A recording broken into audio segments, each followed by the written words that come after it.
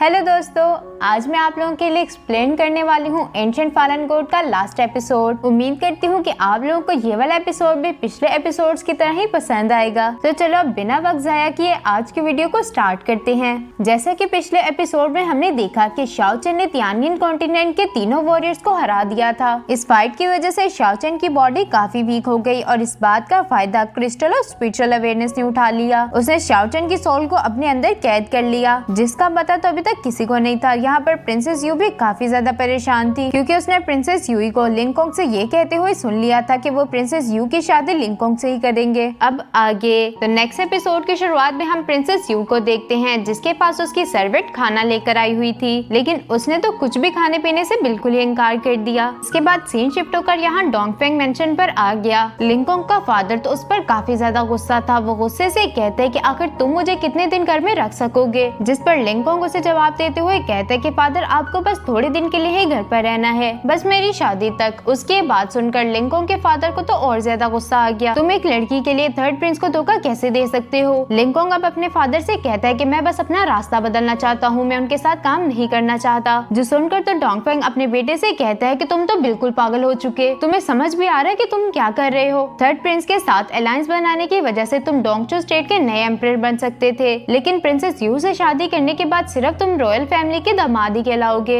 लिंगकोंग तो अपने फादर के साथ बहुत आराम से बात करते हुए कहता है, फादर देखिए, हम प्रिंस जियान पर भरोसा नहीं कर सकते। जो हाल जिया का हुआ वही कल को हमारा होगा। ये सब कहने के बाद लिंगकोंग बाहर की तरफ आ गया, जहाँ पर उसकी मुलाकात यानरू से हो गई, जो कि यानरू से कहता है कि प्रिंस जियान आप यहाँ पर कैसे। इससे हमें पता चल गया कि बंदा और कोई नहीं बल्कि प्रिंस जियान है, जिसने पहले भी प्रिंसेस यू पर अटैक किया था। प्रिंस जियान यहाँ पर लिंगकोंग से कहता है कि मैंने सुना तुम्हारे फादर की तबीयत ठीक नहीं, इसीलिए मैं उनका पता करने के लिए यहाँ पर आ गया। लिंगकोंग उसकी बात सुनकर कहता है, प्रिंस जियान आपका यहाँ पर आने का बहुत शुक्रिया, लेकिन फादर रेस्ट करने के लिए जा चुके। लिंगकोंग की बात सुनने के बाद प्रिंस जियान यहाँ से जाने ही वाला था कि लिंगकोंग उसे दोबारा से रोकते हुए कहता है, प्रिंस जियान आप कीशी रेजिडेंस जाना चाहते थे, इसीलिए मैं आज आपको वो जगह विजिट करवाऊंगा। इसके लिए तो प्रिंस जियान भी मान गया। इसके बाद सीन शिफ्ट होकर यहाँ दोबारा से प्रिंसेस यू पर आ गया, जो कि मुसलसल रोए जा रही थी। हमारा बेचारा डोंगडोंग उसे देखकर काफी परेशान हो गया। वो उसे चुप तो करवाना चाहता था, लेकिन अभी के लिए वो प्रिंसेस यू के लिए कुछ नहीं कर सकता। क्रिस्टल के अंदर शाओ चेन भी यहाँ से निकलने की कोशिश कर रहा था, लेकिन वो इसमें कामयाब नहीं हो पाया। अब वो कहता है कि शायद मैं अपनी बॉडी में इसलिए वापस नहीं जा रहा क्योंकि मेरी बॉडी इस क्रिस्टल से काफी दूर है। शाओ चेन का ये वाला अंदाजा तो बिल्कुल ठीक था, क्योंकि उसकी बॉडी तो ओल्ड मॉन्स्टर के पास है। प्रिंसेस यू से मिलने के लिए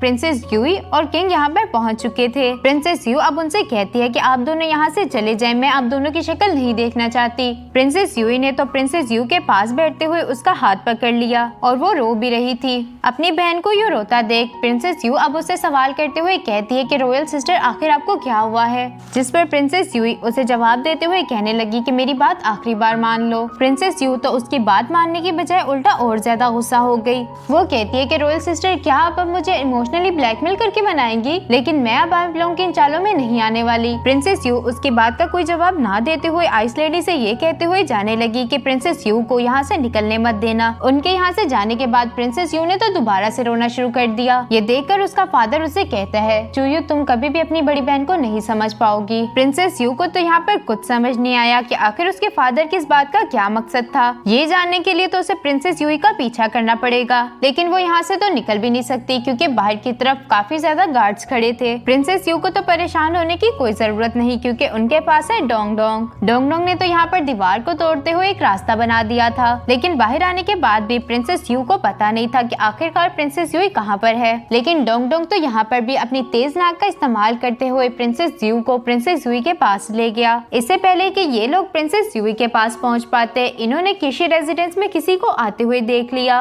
और ये दोनों और कोई नहीं बल्कि लिंगकोंग और प्रिंस जियान थे। प्रिंस जियान ने जब यहाँ पर आने के बाद अपना मास्क हटाया तो प्रिंसेस यू तो हैरान ही हो गई। क्रिस्टल के अंदर से शाओ चेन भी ये सब देखते हुए कह रहा था कि प्रिंस जियान आखिर कितना कमीना है। प्रिंस जियान भी अब इतना मासूम कहा, उसने भी लिंगकोंग के बुरे इरादों को भांप लिया था। वो लिंगकोंग से कहता है कि तुम मुझे यहाँ पर मारने के लिए लाए हो ना, जिस पर तो लिंगकोंग अनजान बनने का नाटक करते हुए कहने लगा कि मैं आपकी बात को समझा नहीं, जिस पर प्रिंस जियान उसकी बात का जवाब देते हुए कहता है, लेकिन मैं तुम्हारे इरादों को अच्छे तरीके से समझ चुका, मैं तुम्हें तुम्हारी गलती सुधारने का लास्ट चांस दे रहा हूँ। जिस पर तो लिंगकोंग अपने घुटनों पर बैठते हुए कहता है कि मैं बस भटक गया था, प्लीज आप मुझे माफ कर दें। ये देखकर तो प्रिंस जियान उसे कहता है कि आप खड़े हो जाओ, हम यहाँ से जा रहे हैं। ये कहने के बाद प्रिंस जियान किसी रेजिडेंस के डोर के पास जाने लगा। लिंगकोंग का तो प्लान ही कुछ और था। उसने फौरन से जमीन पर एक फॉर्मेशन को एक्टिवेट करते हुए वहाँ से कुछ ब्लेड्स को बाहर निकाल लिया। वो सारे के सारे ब्लेड्स को प्रिंस जियान की तरफ भेज देता है, जिसे तो प्रिंस जियान अभी डॉज कर ही रहा था कि लिंगकोंग ने अपने स्पेयर की मदद से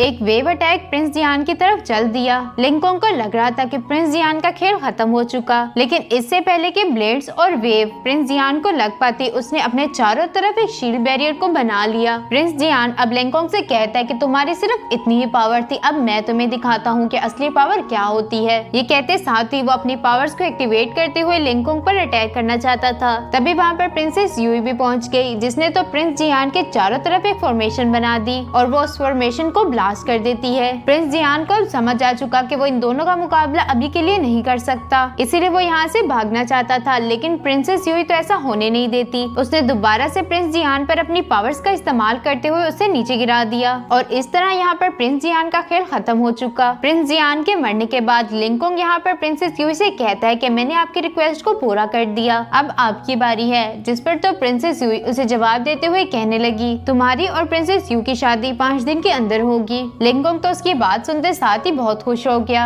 शाओचेन ये सारे नजारे को देखने के बाद सोच रहा था कि प्रिंसेस यूई तुम कितनी मतलबी हो, तुम अपनी बहन को एक चारे की तरह इस्तेमाल कर रही थी कि अचानक से उसके सर में बहुत ज्यादा पेन होने लग गया। ये सब ओल्ड मॉन्स्टर के अलावा कौन ही कर सकता था। शाओचेन की बॉडी एक इमोर्टल बनने के लिए बिल्कुल परफेक्ट थी, इसीलिए ओल्ड मॉन्स्टर उसे हथियाना चाहता है। अपने इसी मकसद को पूरा करने के लिए ओल्ड मॉन्स्टर ने एक फॉर्मेशन को बनाते हुए खुद को और शाओचेन को उसके अंदर रख लिया। अब वो अपनी सोल को निकालने के बाद उसे शाओचेन की बॉडी में एंटर कर देता है। वो अपनी स्पिरिचुअल अवेयरनेस को शाओचेन की स्पिरिचुअल कोर के साथ मिलाना चाहता था, जिस वजह से शाओचेन की फिजिकल बॉडी पर ओल्ड मॉन्स्टर का कंट्रोल हो जाएगा और वो ऐसा करने में कामयाब हो भी चुका था, जिसकी वजह से शाओचेन की स्पिरिचुअल अवेयरनेस गायब होने लगी। शाओचेन यहाँ पर कोशिश करते हुए अपने स्पिरिचुअल कोर को ओल्ड मॉन्स्टर की स्पिरिचुअल अवेयरनेस से अलग कर लेता है। ओल्ड मॉन्स्टर को तो कुछ समझ ही नहीं आ रहा था कि आखिर ये सब क्या हो रहा है कि अचानक से ओल्ड मॉन्स्टर के आसपास वही कब्रिस्तान आना शुरू हो गया जो कि हमें स्टोरी की स्टार्टिंग में दिखाया गया था। ओल्ड मॉन्स्टर अब देख के कहता है कि इतनी बड़ी कब्रें आखिर ये किसकी हैं? लेकिन वो इन सारी बातों को इग्नोर करते हुए दोबारा से शाओचेन की स्पिरिचुअल कोर पर अपना कब्जा जमाने की कोशिश करने लगा, लेकिन ओल्ड मॉन्स्टर के इनर फोर्स ने यहाँ पर काम करना बंद कर दिया था। ओल्ड मॉन्स्टर अभी ये सब करने की कोशिश कर रहा था कि अचानक से उसी कब्रिस्तान के अंदर से बहुत सारी वेल्स निकलकर बाहर आ गई, जिन्होंने तो ओल्ड मॉन्स्टर को जकड़ लिया। यहाँ शाओचेन ने भी अपनी पूरी पावर का इस्तेमाल करते हुए उस क्रिस्टल पर हिट कर दिया, जिससे तो उस क्रिस्टल में क्रैक्स पड़ गए। शाओचेन बस एक और हिट उस क्रिस्टल पर कर देता तो वो क्रिस्टल वहीं पर टूट जाता।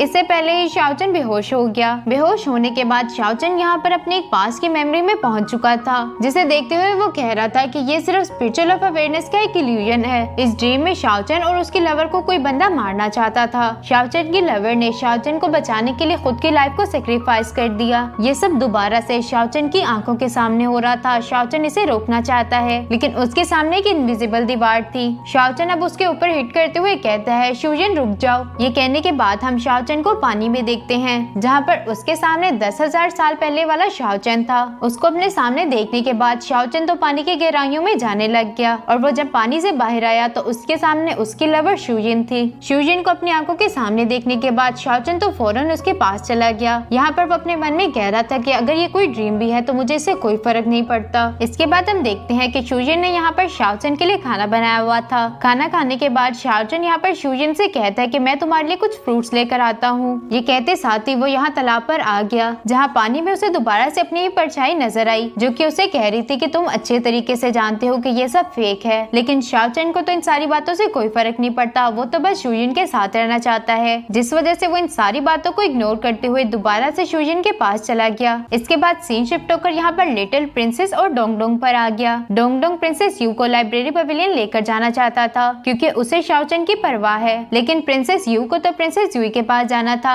इसीलिए वो डोंगडोंग से कहने लगी कि तुम लाइब्रेरी पवेलियन चले जाओ, मैं थोड़ी देर तक वहाँ आ जाऊंगी। जो सुनने के बाद डोंगडोंग यहाँ से लाइब्रेरी पवेलियन के लिए निकल गया। प्रिंसेस यू को चुप कर देख रही थी। प्रिंसेस यू ने मैरिज हॉल के हर तरफ तालिस्मान को लगा दिया था, जिन्हें एक तालिस्मान की मदद से एक्टिवेट किया जाएगा और उसके एक्टिवेट होते साथ ही ये सारी की सारी जगह डिस्ट्रॉय हो जाएगी। तभी वहाँ पर हाउरी और शूशैन भी पहुँच गए। प्रिंसेस यू अब उनसे कहती है कि तुम दोनों का कल यही काम है कि तुम्हें इस तालिस्मान की मदद से यहाँ लगे तमाम तलिस्मान को एक्टिवेट करना होगा, जिसकी वजह से यहाँ मौजूद सब लोग ही एशेस में बदल जाएंगे। प्रिंसेस यू ने भी ये सारी की सारी बातें सुन ली थी। इसके बाद सीन शिफ्ट होकर यहाँ दोबारा से शाओचन पर आ गया, जहाँ पर वो शुयिन के साथ चांद को देख रहा था कि अचानक से शुयिन डिसअपेयर होना शुरू हो गई। ये देखकर तो शाओचन परेशान हो गया। वो कहता है कि शुयिन आखिर तुम्हें क्या हो रहा है, और देखते ही देखते शुयिन वहाँ से पूरी तरीके से गायब हो गई। शाओचन एक बार फिर से अपने प्यार को खो चुका था, जिसकी वजह से उसे काफी दुख होता है। तभी आसमान से आग के गोले बरसना शुरू हो गए, क्योंकि डोंग डोंग से उस ड्रोन में गलती से आग लग चुकी थी, जिनसे बचने के लिए शाओचन ने नदी में छलांग लगा दी। यहाँ अंदर की तरफ उसे 10,000 साल के बाद वाला शाओचन भी नजर आया, जो कि वहाँ पर फंसा हुआ था। ओल्ड शाओचन उसे खोलने लग गया। न्यू शाओचन उसे कहता है, अगर तुम यहाँ पर रुकना चाहते हो तो फिर तुम मुझे बचाने के लिए क्यों आए, क्योंकि मैं और तुम एक ही हैं। जिससे शाओचन को भी अब समझ आ चुका कि मुझे अपने पास से निकलकर अपने प्रेजेंट में जीना होगा, जिसकी वजह से वो क्रिस्टल और स्पिरिचुअल अवेयरनेस से निकलकर अपनी स्पिरिचुअल कोर के पास पहुँच गया, जहाँ पर वो ओल्ड मॉन्स्टर को कुछ टहनियों में बंधा हुआ देखता है। अब वो उसके पास आते हुए कहने लगा कि हम दोनों की स्पिरिचुअल अवेयरनेस यहाँ गोड्स और डीमन के कब्रिस्तान में क्यों है। अब वो शाओचन को उसका स्पिरिचुअल कोर दिखाते हुए कहने लगा कि गौर से देखो, हम तुम्हारी बॉडी के अंदर हैं। ये सुनने के बाद शाओचन को तो कुछ समझ ही नहीं आता कि अचानक से उसकी स्पिरिचुअल अवेयरनेस उसके स्पिरिचुअल कोर के पास जाने लगी। अब शाओचन फाइनली अपनी बॉडी में वापस आ चुका था। शाओचन अपनी बॉडी में वापस आने के बाद अपनी बॉडी को अच्छे तरीके से चेक करने लग गया कि कहीं ओल्ड मॉन्स्टर ने उसकी बॉडी पर कोई एक्सपेरिमेंट तो नहीं कर दिया। ये देखते हुए ओल्ड मॉन्स्टर उसे कहने लगा, ऐसे अपनी बॉडी को मत देखो, मैंने इसके साथ कुछ नहीं किया, मैं तो बस तुमसे तुम्हारी बॉडी लेना चाहता था, जिसमें मैं फेल हो चुका। शाओचन, तुम इन सब चीजों के बारे में छोड़ो, जिन सवालों की तलाश तुम कर रहे हो उसका जवाब तुम्हें सिटी ऑफ फ्रीडम में मिलेगा। शाओचन का यहाँ पर दिल तो ऐसे कह रहा था कि इस बुड्ढे का मुंह ही तोड़ दे, लेकिन वो इसे कुछ ना कहते हुए यहाँ से जाने लगा। बाहर आने के बाद उसे डोंग डोंग भी नजर आ गया, जो कि उसी डोल को देखते हुए रो रहा था, क्योंकि उस डोल का वो क्रिस्टल टूट चुका है जिसके अंदर शाओचन था। डोंग डोंग कहता है कि लिटिल विश तो मुझे मार देगी अगर उसे पता चल गया कि मैंने उसकी डोल का ये हाल किया है। गॉड, अब आप ही मुझे उस चुड़ैल से बचा सकते हैं। यहाँ पर तो शाओचन भी नहीं जिसके पीछे मैं छुप जाऊं। तभी पीछे से शाओचन की आवाज आई, डोंग डोंग, जिसे सुनने के बाद तो डोंग डोंग फौरन से शाओचन के पास पहुंच गया। शाओचन को सही सलामत देखने के बाद डोंग डोंग की तो खुशी का ठिकाना ही नहीं था। अब वहाँ पर प्रिंसेस यू भी आ गई। शाओचन उसका हाथ पकड़ते हुए उसे ले जाने लगा। वो कह रहा था कि तुम्हारी शादी कल लिंगकोंग के साथ नहीं होनी चाहिए, जो सुनते साथ ही प्रिंसेस यू उसे सवाल करते हुए कहने लगी कि तुम्हें कैसे पता कि मेरी शादी कल हो रही है। जिस पर शाओचन उसे कहता है कि इस बात से फर्क नहीं पड़ता, फर्क सिर्फ इस बात से पड़ता है कि तुम्हारी लिंगकोंग से शादी ना हो। प्रिंसेस यू शाओचन से हाथ छुड़ाते हुए कहती है, मैं लिंगकोंग से शादी करूंगी। ये बात सुनते साथ ही शाओचन को तो एक बड़ा झटका लगा। वो प्रिंसेस यू से कहता है कि तुम्हारा दिमाग तो नहीं खराब हो गया, तुम किस तरह की बातें कर रही हो, इतनी मेहनत करने के बाद अब तुम ये कह रही हो कि तुम लिंगकोंग से शादी करना चाहती हो। प्रिंसेस यू तो यहाँ पर अपनी फैमिली के लिए कुछ करके दिखाना चाहती थी, इसीलिए वो शाओचन से कहती है कि मैं अपनी फैमिली के लिए और ज्यादा मुश्किलात नहीं खड़ी करना चाहती। हमारा छोटा सा डोंग डोंग भी प्रिंसेस यू से कह रहा था कि तुम भी हमारे साथ चलो, लेकिन प्रिंसेस यू को तो उसकी कोई बात ही नहीं समझ आ रही थी। तभी वहाँ पर फायरवर्क्स भी होना स्टार्ट हो गए, जिसे देखने के बाद तो डोंग डोंग सब कुछ ही भूल गया। वो तो उन फायरवर्क्स को देखकर काफी ज्यादा खुश था। प्रिंसेस यू भी अब उन फायरवर्क्स को देखते हुए कहने लगी, मैं अब अपनी जिम्मेदारियों से और ज्यादा नहीं भागूंगी, बल्कि मैं अपनी जिम्मेदारियों को पूरा करूंगी। जिस पर तो शाओचन को भी ना चाहते हुए मानना पड़ा। प्रिंसेस यू यहाँ पर डोंग डोंग को देखते हुए कहती है, बेबी ड्रैगन मैं तुम्हें कभी नहीं भूलूंगी। ये कहते साथ ही प्रिंसेस यू ने तो डोंग डोंग को किस कर दिया, जिस पर तो हमारा छोटा सा डोंग डोंग भी शर्माना शुरू कर देता है। ये सब कहने के बाद प्रिंसेस यू यहाँ से चली गई। उसे यूँ जाता देख डोंग डोंग तो दोबारा से उदास हो गया। इसके बाद हमें थोड़ी देर के बाद का सीन दिखाया गया, जहाँ पर प्रिंसेस यू के लिए खाना लेकर आई थी। वो ये कहते हुए यहाँ से जाने लगी कि तुम इसे खा लेना, लेकिन प्रिंसेस यू उन्हें रोकते हुए कहती है कि सिस्टर आप भी मेरे साथ खाएं। जो सुनते साथ ही प्रिंसेस यू भी उसके साथ खाने के लिए बैठ गई। प्रिंसेस यू को समझाते हुए कहती है कि अब से तुम्हें खुद का और ज्यादा ध्यान रखना होगा, अब तुम पहले की तरह चोरी छुपे बाहर नहीं जा सकती। जिस पर प्रिंसेस यू उन्हें जवाब देते हुए कहती है कि सिस्टर मैं ऐसा ही करूंगी। प्रिंसेस यू को भी कहीं न कहीं अपनी सिस्टर के लिए बुरा लग रहा था, इसीलिए वो प्रिंसेस यू से सवाल करते हुए कहने लगी, क्या तुम मुझसे नफरत करती हो? जिस पर प्रिंसेस यू उनसे कहती है कि सिस्टर ऐसी कोई बात नहीं, मैं तो बहुत ज्यादा लकी हूँ कि मुझे आप जैसी बहन मिली। प्रिंसेस यू भी शादी का जोड़ा पहने हुए मैरिज हॉल पहुँच चुकी थी, लेकिन हैरान कर देने वाली बात ये थी कि उसके साथ कोई भी नहीं। ये देखकर तो आसपास मौजूद लोगों ने तो बातें करना शुरू कर दिया कि प्रिंसेस यहाँ पर अकेली आ गई। लिंगकोंग को तो इन बातों से कोई फर्क ही नहीं पड़ता था, उसे तो बस इस बात की खुशी कि उसकी शादी प्रिंसेस यू से हो रही है। प्रिंसेस यू यहाँ पर डोंग फेंग से कहती है, अंकल डोंग फेंग मैं यहाँ पर आ चुकी। ये सुनते साथ ही लिंगकोंग प्रिंसेस यू का घूंघट हटाने के लिए पहुँच गया। इससे पहले कि लिंगकोंग ऐसा कर पाता। प्रिंसेस यू ने खुद ही अपने ऊपर से वो स्कार्फ हटा दिया। यहाँ पर हमें प्रिंसेस यू और प्रिंसेस यूई का एक बैक फ्लैश दिखाया गया। उन डम्पलिंग्स को खाने के बाद प्रिंसेस यूई की कंडीशन कुछ अच्छी नहीं थी। वो प्रिंसेस यू से कहती है कि तुम्हें पहले से ही मालूम था ना कि उन डम्पलिंग के साथ कुछ गड़बड़ है। असल में प्रिंसेस यू ने प्रिंसेस यूई को उन डम्पलिंग्स में कुछ मिलाते हुए देख लिया था, इसीलिए तो उसने प्रिंसेस यूई को खुद के साथ खाने के लिए इनवाइट किया। इससे पहले कि ये दोनों उसे खा पाते, प्रिंसेस यू ने बड़ी ही चालाकी के साथ उन बोल्स को बदल दिया। प्रिंसेस यू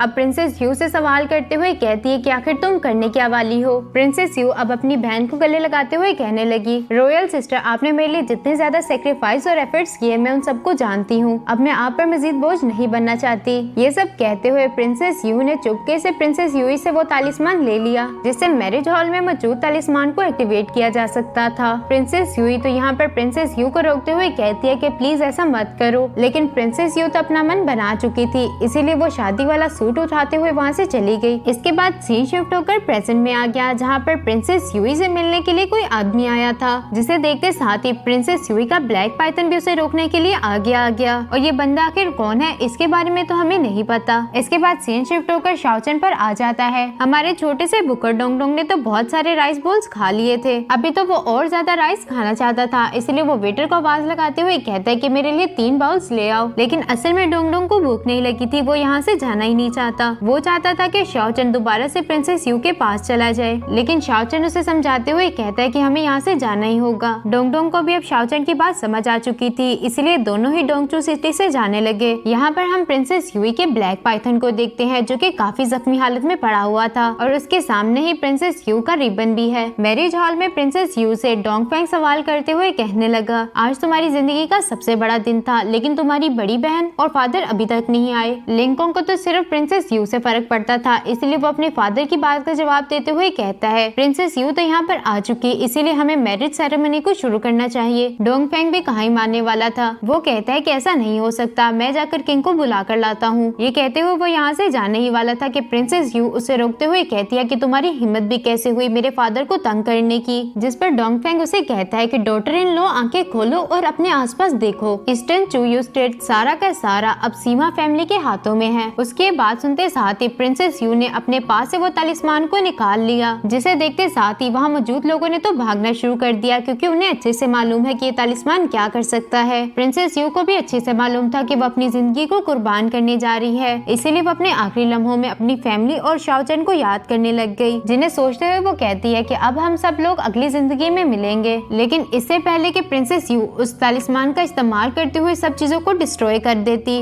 वहाँ पर शाओचन आ गया, जिसने प्रिंसेस यू को ऐसा करने से रोक लिया। प्रिंसेस यू तो दिल ही दिल में शाओचन को यहाँ पर देखकर खुश थी। अब वो शाओचन से सवाल करते हुए कहती है कि तुम यहाँ पर क्या कर रहे हो। शाओचन उसकी इस बात का कोई जवाब ना देते हुए कहता है कि लिटिल प्रिंसेस, क्या तुम कोई काम करने से पहले सोचती नहीं हो। लिटिल प्रिंसेस शाओचन की बात का कोई जवाब दे पाती, इससे पहले ही लिंकोंग बीच में टपक पड़ा। वो शाओचन से गुस्से से कहने लगा, आज तुम यहाँ से जिंदा वापस नहीं जाओगे। ये कहने के फौरन बाद ही उसने अपने सारे साथियों के साथ शाओचन पर अटैक कर दिया, जिन सबको शाओचन ने अपनी पावर्स का इस्तेमाल करते हुए पीछे हटा दिया, जिससे तो लिंकोंग और ज्यादा भड़क गया। अब वो अपनी सोर्ड को लेते हुए शाओचन पर अटैक करना चाहता था। तभी वहाँ पर प्रिंस जियान की एंट्री हो गई। लिंकोंग ने जब प्रिंस जियान को जिंदा देखा तो उसकी आंखें तो खुली की खुली ही रह गई। वो कहते कि तुम और जिंदा कैसे? प्रिंस जियान ने तो यहाँ पर प्रिंसेस यूई और किंग को भी बंदी बनाया हुआ था, यानी कि प्रिंसेस यूई पर हमला करने वाला कमीना और कोई नहीं बल्कि जियान ही था। शाओचन यहाँ पर प्रिंस जियान और लिंकोंग को देखते हुए कहने लगा कि अच्छा ही हुआ कि तुम सब यहाँ पर आ गए। लिटिल विच, अब हम वही करेंगे तो तुम पहले करने वाली थी। ये कहते साथ ही उसने तालिस्मान को ऊपर उठा दिया। उसे ऐसा करता देख लिंकोंग कहने लगा, शाओचन क्या तुम पागल हो चुके? लेकिन शाओचन के पास तो कुछ और ही प्लान था। उसने तालिस्मान को एक्टिवेट कर दिया, साथ ही साथ उसने अपने पावर्स को एक्टिवेट करते हुए प्रिंसेस यूई और किंग को बचा लिया। वो सारी की सारी जगह अब खंडर बन चुकी थी। प्रिंसेस यू शाओचन को मारते हुए कहने लगी कि तुम पागल तो नहीं, जिस पर शाओचन उसे कहता है कि मैंने तो तुम्हारी जान बचाई, अभी भी तुम मुझे मार रही हो। उसकी बात सुनकर प्रिंसेस यू उससे कहती है कि तुम्हें पता भी है कि मैं मरने की हद तक डर गई थी, दोबारा कभी भी ऐसी हरकत मत करना। मेरे ख्याल से तो प्रिंसेस यू भी दिल ही दिल में शाओचन को पसंद करती है, इसीलिए तो उसे शाओचन की इतनी ज्यादा परवाह हो रही थी। तभी वहाँ पर प्रिंसेस यूई और किंग भी पहुँच गए। ये सभी काफी ज्यादा खुश थे क्योंकि मुसीबत अब टल चुकी। अचानक से एक एरो प्रिंसेस यू की तरफ बढ़ने लगा, जिसे तो देखकर शाओचन ने फौरन से प्रिंसेस यू को पीछे की तरफ हटाकर खुद उसके सामने आ गया। वो एरो शाओचन के सीने के आर पार हो चुका था था। और यहाँ हम सामने की तरफ प्रिंस जियान और लिंगकोंग को देखते हैं। लिंगकोंग के हाथ में हाओ यीबो भी था, लेकिन लिंगकोंग की बॉडी पर यहाँ कुछ अजीब सा पैटर्न भी बना हुआ है। लिंगकोंग अब प्रिंस जियान से कहता है, अच्छा तो तुम उस दिन नहीं मरे थे। जिस पर तो प्रिंस जियान उसे जवाब देते हुए कहने लगा, तुम्हें क्या लगा था कि तुम जैसे एक इडियट के हाथों में मारा जाऊंगा? अब बातें करना बंद करके इन लोगों पर जल्दी से एरो शूट करो। प्रिंस जियान ने तो यहाँ पर लिंगकोंग को पोजेस कर लिया था। मींस जो भी अब ऑर्डर प्रिंस जियान देगा, लिंगकोंग को उसे मानना ही पड़ेगा, जैसा कि उसने कमांडर ली के साथ किया था हाओ यीबो को चुराने के लिए। लिंगकोंग भी अब एरो को शाओचन की तरफ शूट करने ही वाला था, बट वो नीचे गिर गया क्योंकि उसकी बॉडी अब काफी वीक हो चुकी थी। जो देखकर तो प्रिंस जियान कहने लगा, लिंगकोंग तुम तो कचरे के अलावा कुछ नहीं, तुम मेरा इतना काम भी नहीं कर सके। तभी वहाँ पर इंपीरियल पैलेस के गार्ड भी पहुँच गए, जिन्हें देखकर तो प्रिंस जियान कहने लगा कि तुम बेवकूफों का भी हिसाब मैंने पहले से ही लगा कर रखा है। जो कहते साथ ही उसने वहाँ पर एक फॉर्मेशन को एक्टिवेट कर लिया। प्रिंस जियान के इस पावर को देखते हुए प्रिंसेस यूई कहने लगी कि मैंने कभी सोचा भी नहीं था कि तुम पूरी सिटी तक अपने मैजिक सर्कल को फैला पाओगे। इस फॉर्मेशन के अंदर से हजारों की तादाद में बटरफ्लाईज निकलना शुरू हो गई, और जैसा कि हमें तो पहले से ही मालूम है कि इन बटरफ्लाईज की मदद से किसी भी शख्स को कंट्रोल किया जा सकता था। प्रिंसेस यू और प्रिंसेस यूई अपनी पावर्स की मदद से उन बटरफ्लाईज को खत्म करने की कोशिश कर रही थी, लेकिन वो बटरफ्लाईज तो तादाद में काफी ज्यादा। इंपीरियल पैलेस के गार्ड और सारी सिटी के लोग भी अब प्रिंस जियान के काबू में आ चुके थे। इंपीरियल गार्ड्स ने तो इन लोगों पर ही अटैक्स करने शुरू कर दिए। इन सबको मारते हुए प्रिंसेस यू अपने फादर और अपनी बहन को बचाने की कोशिश कर रही थी, लेकिन प्रिंसेस यू को भी अच्छे से मालूम है कि हम लोग एक एक करके इन लोगों का मुकाबला नहीं कर सकते, इसीलिए उसने वहाँ पर एक फॉर्मेशन को बनाना स्टार्ट कर दिया, जिसकी मदद से वो सारे लोग जो कि इनकी तरफ बढ़ रहे थे वो वहीं पर स्टॉप हो गए। प्रिंसेस यूई ने उन्हें तो रोक दिया, लेकिन वहाँ पर डोंगफेंग और लेडी हाओयेन भी पहुँच गई। लेडी हाओयेन यहाँ पर अपने फैन ब्लेड का इस्तेमाल करते हुए इन लोगों पर अटैक करना चाहती थी, लेकिन वक्त रहते ही वहाँ पर आइस लेडी भी आ गई, जिसने आइस शील्ड बनाते हुए इन लोगों को प्रोटेक्ट कर लिया। क्यान हाओ अब ये कहता हुआ आगे की तरफ बढ़ने लगा, उस दिन का हिसाब आज मैं तुम्हारे साथ चुकता करके जाऊंगा। जिसके बाद लेडी हाओयेन और क्यान हाओ के दरमियान फाइट स्टार्ट हो गई, जबकि आइस लेडी डोंगफेंग का मुकाबला कर रही थी। शाओचन भी लिंगकोंग के स्पेयर को लेते हुए प्रिंस जियान की तरफ बढ़ने लगा। ये देखकर तो प्रिंस जियान ने अपनी इल्यूजनरी स्वॉर्ड टेक्निक का इस्तेमाल कर लिया, जिससे तो शाओचन अपने स्पेयर का इस्तेमाल करते हुए डॉज कर रहा था, लेकिन जैसा कि हमें पहले से मालूम है कि उसका एक कंधा पहले से ही इंजर्ड हो चुका, जिस वजह से उसे लड़ने में काफी मुश्किल होती है। अब प्रिंस जियान ने अपनी इल्यूजनरी स्वॉर्ड का इस्तेमाल करते हुए शाओचन के चारों तरफ एक बैरियर बना दिया। वो सारी की सारी स्वॉर्ड बहुत तेजी के साथ शाओचन के चारों तरफ घूम रही थी। शाओचन को समझ नहीं आता कि आखिर वो इन स्वॉर्ड से अपनी जान कैसे छुड़ाए, इसीलिए उसकी मदद करने के लिए प्रिंसेस यू भी उसकी तरफ जाने लगी। ये देखकर तो प्रिंस जियान कहने लगा, अच्छा तो लैला मजनू को बचाने जा रही है, लेकिन पहले तुम खुद की जान तो बचा लो। यह कहते साथ ही प्रिंस जियान ने अपनी स्वॉर्ड को प्रिंसेस यू की तरफ भेज दिया। प्रिंसेस यू को वो स्वॉर्ड लगने ही वाली थी कि वक्त रहते वहाँ पर लिंगकोंग पहुँच गया। उसने स्वॉर्ड अटैक को खुद पर लेते हुए प्रिंसेस यू की जान बचा ली। वो स्वॉर्ड लिंगकोंग के आर पार हो जाती है। प्रिंस जियान को तो लिंगकोंग के बीच में आने की वजह से काफी गुस्सा आ जाता है, इसीलिए उसने लिंगकोंग को मारने के लिए अपनी स्वॉर्ड को वापस बुला लिया, लेकिन लिंगकोंग ने तो अपने दोनों हाथों से उस स्वॉर्ड को पकड़ते हुए तोड़ दिया, जिसकी वजह से उसे काफी ज्यादा पेन तो हुई, लेकिन प्रिंसेस यू के लिए वो कुछ भी कर सकता था। ये पेन तो कुछ नहीं, प्रिंस जियान की स्वॉर्ड के टूटते साथ ही वो सारी की सारी इल्यूजनरी स्वॉर्ड भी गायब हो गई, जिन्होंने शाओचन को घेरा हुआ था। अब शाओचन ने भी अपनी ड्रैगन कैचर टेक्निक का इस्तेमाल करते हुए प्रिंस जियान पर अटैक कर दिया, जिसकी वजह से प्रिंस जियान दूर जाकर गिरता है। तभी उसकी नजर हाओ यीबो पर पड़ गई। वो उसे उठाते हुए कहने लगा कि तुम इसके अटैक को डॉज नहीं कर पाओगे, जिसके जवाब में शाओचन उसे कहता है कि इसके बैकलैश अटैक की वजह से तुम भी मारे जाओगे। प्रिंस जियान तो बहुत ही ज्यादा इवल है। यहाँ पर वो हंसते हुए कह रहा था, अगर मैं मरा तो जितने लोगों को भी मैंने प्रोसेस किया था वो भी मेरे साथ ही मारे जाएंगे। ये टेक्निक वाकई काफी मजेदार है। डोंगफेंग और लेडी हाओयेन को तो यहाँ पर आइस लेडी और हाओकिया ने ठिकाने लगा दिया था। इसके बाद सीन शिफ्ट होकर यहाँ दोबारा से प्रिंस जियान और शाओचन पर आ गया। प्रिंस जियान ने यहाँ पर हाओ यीबो का इस्तेमाल कर लिया था, जिसे देखते हुए शाओचन ने भी अपनी ड्रैगन कैचर टेक्निक का इस्तेमाल कर लिया और इन दोनों के ही अटैक एक दूसरे को जा लगे। शाओचन तो यहाँ पर बेहोश हो चुका था, जिस वजह से डोंगडोंग और प्रिंसेस यू तो भागते हुए उसके पास आ गए। प्रिंसेस यू तो शाओचन से रोते हुए कह रही थी कि प्लीज उठ जाओ, हमें तो भी साथ में बहुत सारी चीजें करनी है, तुम ऐसे मुझे छोड़कर नहीं जा सकते। प्रिंसेस यू तो प्रिंसेस यू को समझाते हुए कहने लगी, यार अब बस करो, लेकिन प्रिंसेस यू तो कुछ भी सुनने के लिए तैयार ही नहीं थी। वो कहती है कि ऐसा नहीं हो सकता, बेवकूफ इंसान, तुमने अपनी जान क्यों दी? प्रिंस जियान तो मरने का नाम ही नहीं ले रहा। अभी भी वो इतनी चट्टानों के नीचे दबा हुआ यही कह रहा था कि मैं तुम लोगों को अपने साथ ही लेकर लेकर जाऊंगा। ये कहते साथ ही उसने 3 बटरफ्लाइज को भी रिलीज कर दिया। साथ ही साथ उसने अपनी इल्यूजनरी वेनमस इंसेक्ट टेक्निक को परफॉर्म करना शुरू कर दिया, जिसकी वजह से अगर मास्टर मर गया तो सारे के सारे पोजेस्ड लोग भी मर जाएंगे। और ऐसा होना शुरू भी हो चुका, क्योंकि सारे के सारे सिविलियंस मरते जा रहे थे। इन सब का ध्यान उन्हीं की तरफ था। ये प्रिंस जियान के लिए एक अच्छा मौका है कि वो अपनी बटरफ्लाइज को इन सब के ऊपर लगा दे, और वो इसी का फायदा उठाते हुए यही करता है। यानी कि ये लोग भी अब जल्दी ही मारे जाने वाले थे। शाओचन का खून बहता बहता हाओयीबो तक पहुंच जाता है, जिससे हाओयीबो की पावर्स एक्टिवेट हो गई और उससे एनर्जी निकलते हुए शाओचन की बॉडी को हील करने लगी। शाओचन के जख्म अब पूरे तरीके से ठीक हो चुके थे और उसे होश भी आ जाती है। होश में आने के फौरन बाद ही उसने हाओयीबो का इस्तेमाल करते हुए प्रिंस जियान की फॉर्मेशन को तोड़ दिया। लेकिन सबसे कमाल की बात तो ये थी कि फॉर्मेशन के ब्रेक होने के बाद भी कोई भी यहाँ नहीं मरा, और उसी की वजह से एनर्जी के छोटे छोटे क्रिस्टल्स चारों तरफ बहने लगे। ये सारा का सारा कमाल था हाओयीबो का। शाओचन भी अब जमीन पर वापस आ जाता है, साथ ही साथ हाओयीबो भी गायब हो गया। प्रिंसेस यूई यहाँ पर अपने मन में कह रही थी कि मुझे मालूम ही नहीं था कि हाओयीबो के पास इतनी पावर्स हैं। हमारा डोंग डोंग तो शाओचन को जिंदा और सलामत देखने के बाद काफी खुश था। यहाँ अंडरग्राउंड एरिया में हम उसी इमोर्टल और ओल्ड मॉन्स्टर को देखते हैं। वो इमोर्टल हाओयीबो की पावर्स को अब्सॉर्ब कर रहा था। ओल्ड मॉन्स्टर उसे यूं एनर्जी अब्सॉर्ब करता देखकर कह रहा था, तुम भी इसे सेंस कर सकते हो। इसी के साथ हम देखते हैं कि उस इमोर्टल का हाथ भी हिल रहा था। शायद वो इमोर्टल जल्द ही जिंदा हो जाए। शाओचन के भी अब यहाँ से जाने का वक्त आ चुका, इसीलिए प्रिंसेस यू और प्रिंसेस यू उसे बाय कहने के लिए आई हुई थी। प्रिंसेस यू शाओचन से कहने लगी, तुम वापस से डोंगचू स्टेट जरूर आना। जिस पर शाओचन उसे जवाब देते हुए कहता है, मैं दोबारा कभी इस कंट्री में वापस नहीं आने वाला। यहाँ पर तो कितनी बार मेरी जान जाने वाली थी। जो सुनकर प्रिंसेस यू उसे कहती है कि इज्जत तो तुम्हें भी रास नहीं आती। मैंने 2 दिन तुमसे तमीज से क्या बात कर ली, तुम तो शौक ही हो गए। साथ ही साथ प्रिंसेस यू शाओचन से सवाल करते हुए कहती है, आखिर उस दिन तुम वापस क्यों आए थे? तभी हमें एक बैक फ्लैश दिखाया गया, जहाँ पर हम देखते हैं कि शाओचन यहाँ से जाने ही वाला था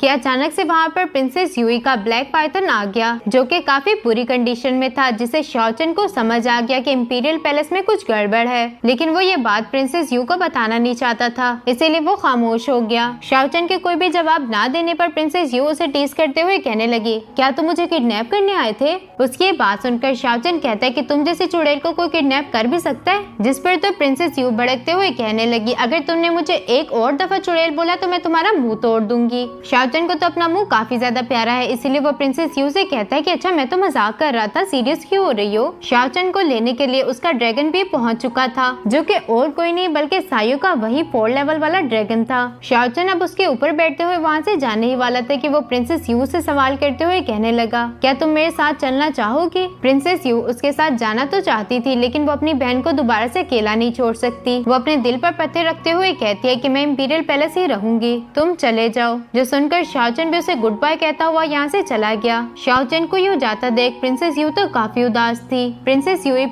यू से कहने लगी कि अभी तो मुझे तुम्हारी हेल्प की कोई जरूरत नहीं, ये तुम्हारे लिए एक अच्छी अपॉर्चुनिटी होगी दुनिया को घूमने के साथ साथ एक्सपीरियंस भी हासिल करना। प्रिंसेस यू की बात सुनकर प्रिंसेस यू तो काफी खुश हो गई। वो प्रिंसेस यू से सवाल करते हुए कहती है कि रॉयल सिस्टर आप मजाक तो नहीं कर रही? प्रिंसेस यू अब उसे कहती है कि पीछे मुड़कर देखो, और पीछे तो हमारा शाओचन अपने ड्रैगन पर सवार खड़ा था, जिसे देखने के बाद तो प्रिंसेस यू अपनी बहन से कहने लगी, आप दोनों मुझे तंग कर रहे थे ना, इससे पहले कि वो और ज्यादा लड़ाई कर पाती। शाओचन ने अपनी पावर्स का इस्तेमाल करते हुए उसे फौरन से अपने ड्रैगन पर बिठा लिया। प्रिंसेस यू शाओचन से सवाल करते हुए कहती है, आखिर हम जा कहाँ रहे हैं? शाओचन अब उसे जवाब देते हुए कहता है, city of freedom. City of freedom के बारे में शाओचन को ओल्ड मॉन्स्टर ने बताया था कि वहाँ पर उसे अपने सवालों के जवाब मिल सकते हैं, और वही ढूंढने के लिए शाओचन जा रहा है सिटी ऑफ फ्रीडम। दोस्तों ये था हमारे फर्स्ट सीजन का लास्ट एपिसोड। सेकंड सीजन 1 या 2 महीनों बाद आ जाएगा, जो कि मैं आप लोगों के लिए इसी चैनल पर एक्सप्लेन करूंगी। इसलिए चैनल को सब्सक्राइब करके बेल आइकन को जरूर दबा देना, ताकि आपको वीडियो का नोटिफिकेशन मिल सके। साथ ही साथ मैं आप लोगों के लिए और भी बहुत सी मजेदार सीरीज लेकर आने वाली हूँ।